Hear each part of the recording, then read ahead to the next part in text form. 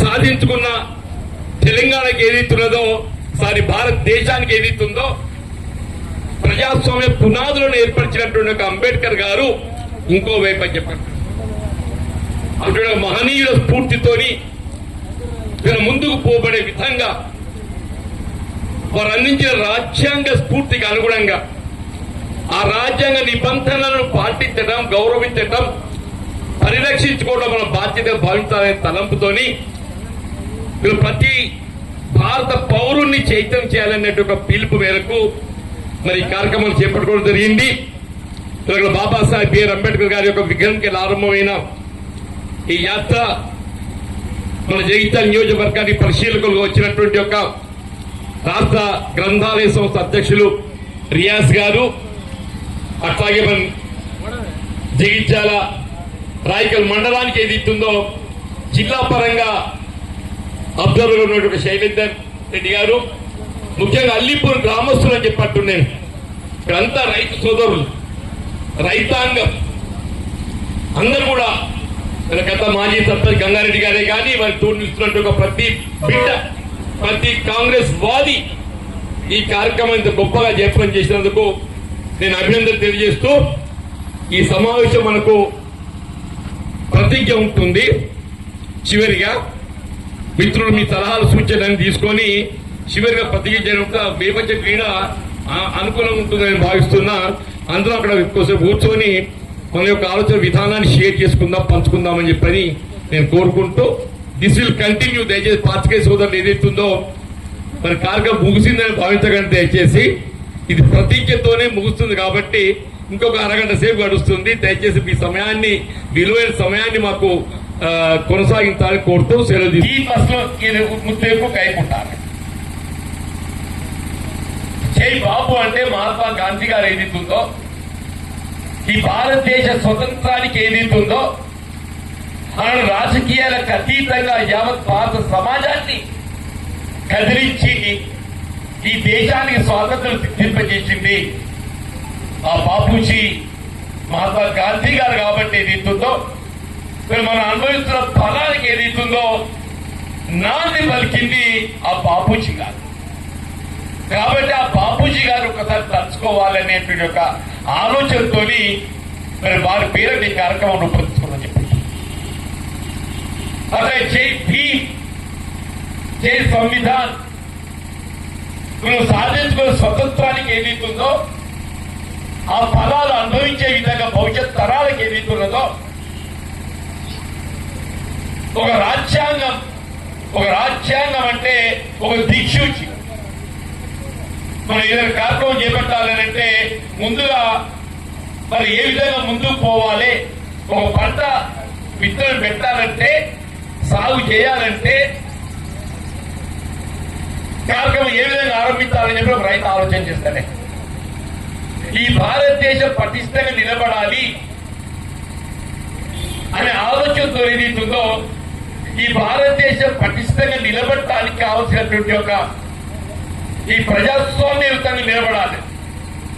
దాన్ని పునాది చేసే విధంగా మన రాజ్యాంగ పీఠికను అందించింది మరి ఆ జై భీమ్ అంబేద్కర్ మహాశయుడు. కాబట్టి ఏదైతుందో జై భీమ్ అని చెప్పారు. జై సంవిధాన్, రాజ్యాంగం. మనం అనుభవించే ఫలాలకు అన్నింటి కూడా మూలం ఏదైతుందో రాజ్యాంగం. ఆ రాజ్యాంగం అంటూ లేకుంటూ ఉన్నట్టయితే మనం అనుభవించే ఫలాలు అంటే రాజ్యాంగం అంటే కేవలం రిజర్వేషనే కాదు, రిజర్వేషన్లో రాజ్యాంగంలో ఒక భాగం మాత్రమే చెప్పండి. మనం అనుభవించే ఫలాలు ఏవైనా ఇవాళ భారత పౌరులకు ఏదైతుందో సమానమైన ఓటు హక్కు కల్పించింది భారత రాజ్యాంగం. దాన్ని నిర్దేశించిన బాబాసాహెబ్ బిఆర్ అంబేద్కర్ గారు అని చెప్పాలి తప్పదు. 60 ఏళ్ళు పూర్తి చేసేటువంటి నీకు కార్యరూపం చేయకపోయినావు. నీ చేతిలో పనిచేదనే నీది రాజ్యం కదా. నీకు అన్ని అవకాశాలు నువ్వు చేయలేంది కాంగ్రెస్ పార్టీ చేస్తుంటే ఆ కాంగ్రెస్ పార్టీ ముసుగులో చేరి ఇదేదో తన గొప్పదాన్ని చెప్పుకోవాలని ప్రయత్నం చేస్తుంటే మా మిత్రుడు రాయే చెప్పాడు, మళ్ళీ చెప్పాలంటే నాకే మనం మునగిలో బీహార్లో పట్టుకొచ్చి మళ్ళీ కొత్త శాతం పట్టుకొచ్చి రాష్ట్రంలో కాంగ్రెస్ ప్రభుత్వం, కాంగ్రెస్ పార్టీ కార్యకర్తల శ్రమ ఫలితం మన చెవిటోడికి సాధించుకున్నది ఇవాళ రాష్ట్రంలో కాంగ్రెస్ ప్రభుత్వం అని చెప్పడుతున్నాయి. మీ ఆర్థిక ప్రయోజనాల కొరకు, మీ ఆర్థిక ప్రయోజనాల కొరకు రాష్ట్రంలో కాంగ్రెస్ ప్రభుత్వం మంజూరు చేస్తున్నటువంటి నిర్మాణ పనులు ఏదైతుందో అదేదో మీరు మంజూరు చేసినట్టు మేము నిర్మాణం చేస్తాం, నువ్వెవడు మంజూరు చేస్తానికి? నువ్వు మంజూరు చేసేంత అది ఉంటే పోయిన 10 ఏళ్ళు చేసేటోడు ఉంది. నువ్వు 10 ఏళ్ళు చేయలేండి ఇలా కాంగ్రెస్ ప్రభుత్వంలో చేయగలుగుతున్నావు చెప్పంటే ఆ ఫలితం ఎవరు దక్కాలి? కాంగ్రెస్ కార్యకర్తలు మాత్రమే తప్పుతుంది. కాంగ్రెస్ కార్యకర్తలు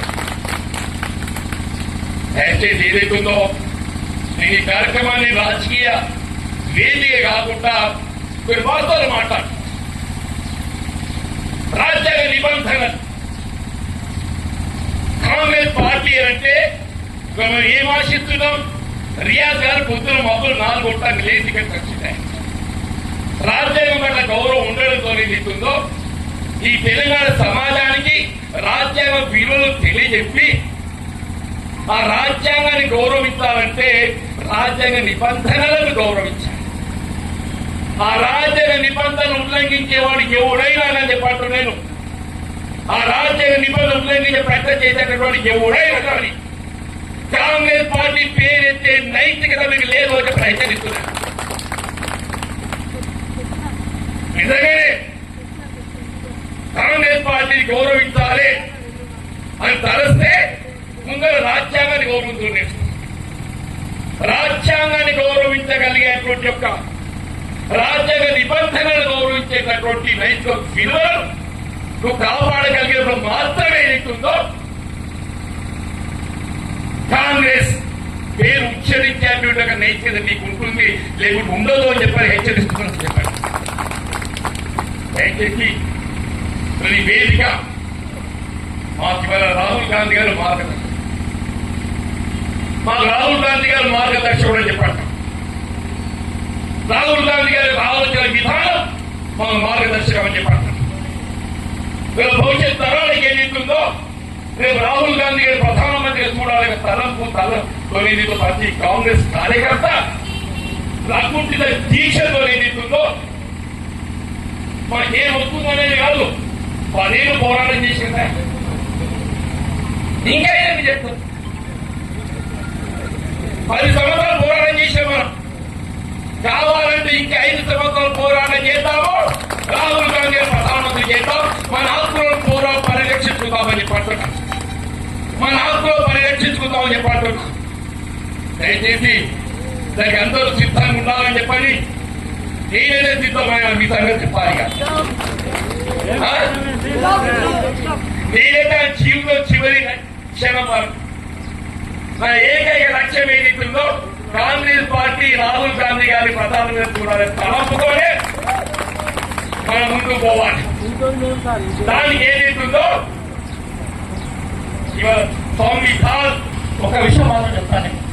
ఈ రోజు నిన్న నేను కృష్ణానగర్ ఉన్నా మహబూబ్ నగర్ లో పుస్తక క్లాసులు చెప్తున్నాం. మేము టీటీసీ పిల్లలకు, బీఈ పిల్లలకు, ఎస్ఐ కానిస్టేబుల్ క్లాసులు అక్కడ ఎంఎం శ్రీనివాస్ రెడ్డి గారు క్లాసులు చెప్తే మనం ఇలాగ చెప్తే క్లాస్ చెప్తున్నాం. జీవన్ రెడ్డి గారు ఫోన్ చేస్తే కృష్ణానగర్ ఒడ్డు నుంచి 300 కిలోమీటర్లు ప్రయాణం చేసి గోదావరి రోడ్డుకు దగ్గరికి వచ్చినాయి. ఎందుకు వచ్చిందంటే ఆ ఫోన్ ఎవరో చేస్తేనే కాకపోదు, ఆ ఫోన్ చేసింది జీవన్ రెడ్డి గారు.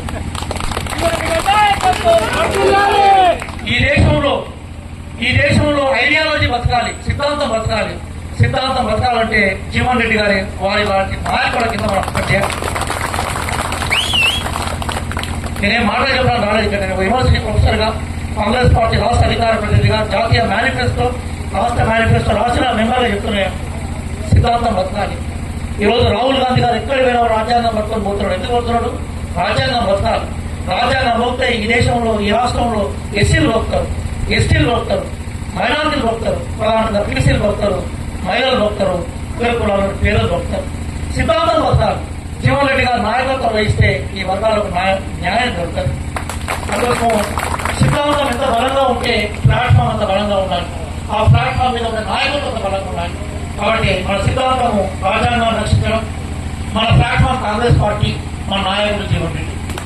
ఒక రాజకీయ పార్టీగా మనం పరిపాలన చేస్తున్నప్పుడు చెక్స్ అండ్ బ్యాలెన్సెస్ ఉంటా ఉంటాయి, కొన్ని వ్యూహాలు ప్రతివ్యూహాలు ఉంటా ఉంటాయి.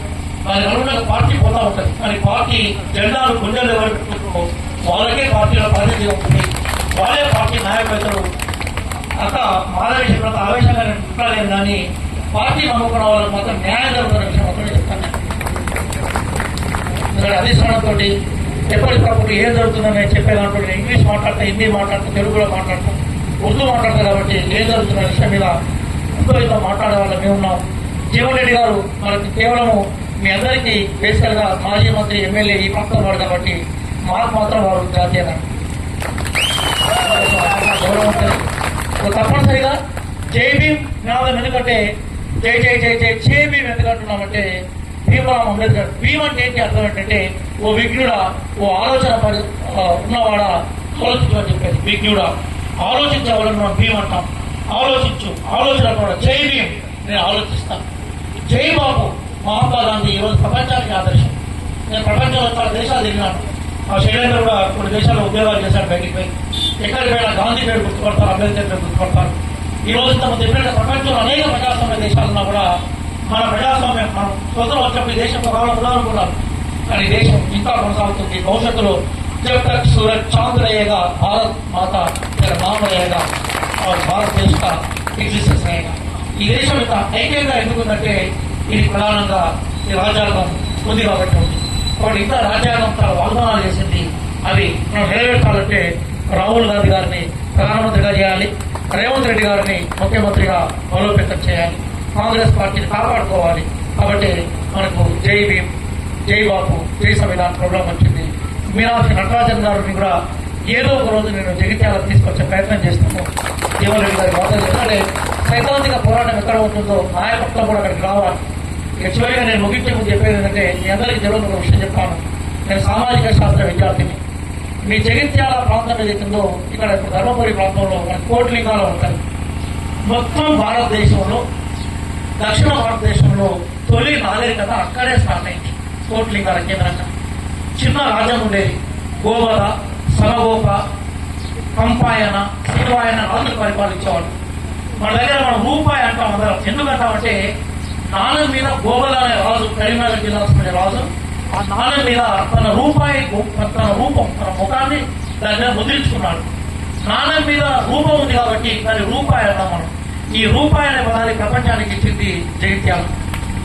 ఈ ప్రాంతం అందుకోసం గోదావరి ఒడ్డున పెద్దవాగు గోదావరిలో కలుస్తా ఉన్నప్పుడు ఏ నాగరికత కేంద్రమైన ఆరంభమైందో ఆ నాగరికత ప్రాంతమైన ఈ జగిత్యాలకు రావడమే నా జీవితం ధన్యమైందిగా భావిస్తాను. అలాగే దోపిడీ వ్యతిరేకంగా ఇక్కడ ఒక మహత్తరమైన పోరాటం రైతు కూలి సంఘాల పేరు మీద ఒకప్పుడు జరిగింది. ఇంకా ఆశయాలు అట్లే ఉన్నాయి. వాటి సాఫల్యం చేసే బాధ్యత కాంగ్రెస్ పార్టీగా ఈరోజు మనగలదు. కాబట్టి ఏ పీడితుల కోసం, ఏ దళితుల కోసం, ఏదే పీడాభివృద్ధి కోసం, ఏ సామాజిక న్యాయం కోసం ఈరోజు బీసీ జనగణన చేశామో దాన్ని ఆచరణ తీసుకురావాలి. చాలా ధైర్యంగా తెలంగాణ రాజకీయాల్లో ఎస్సీ ఎస్టీ బీసీల జనాభా ఎత్తడంలో అధికారాల్లో కూడా వాళ్ళకంతే ఓటాలు ఇవ్వాలని మొట్టమొదటిసారిగా ప్రకటన చేసిన మన నాయకుడు జీవన్ రెడ్డి గారు. ఎంత విమర్శకు గురైనాడు. ఆయన కమ్యూనిటీ సంబంధించిన వాళ్ళు అనేక మంది ఆయన మీద విమర్శలు చేశారు, ఫోన్ చేసి రకరకాలుగా మాట్లాడినారు. కానీ నేను చెప్పింది సత్యం గెలుస్తుంది, సత్యానికి అనుగుణంగా నిలబడతానని వల్లనే. కాబట్టి మనం వారి నాయకత్వాన్ని మనం చేయాలి.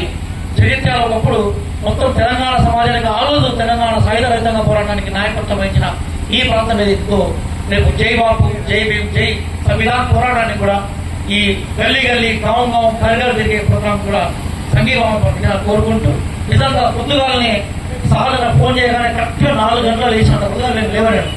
టీవీ పెట్టుంటే కొంచెం టీవీలో చూస్తుంటే ఎప్పటికి రెగ్యులర్గా టీవీ పెట్టుంటే కొంచెం పొద్దుగా లేస్తారు. కానీ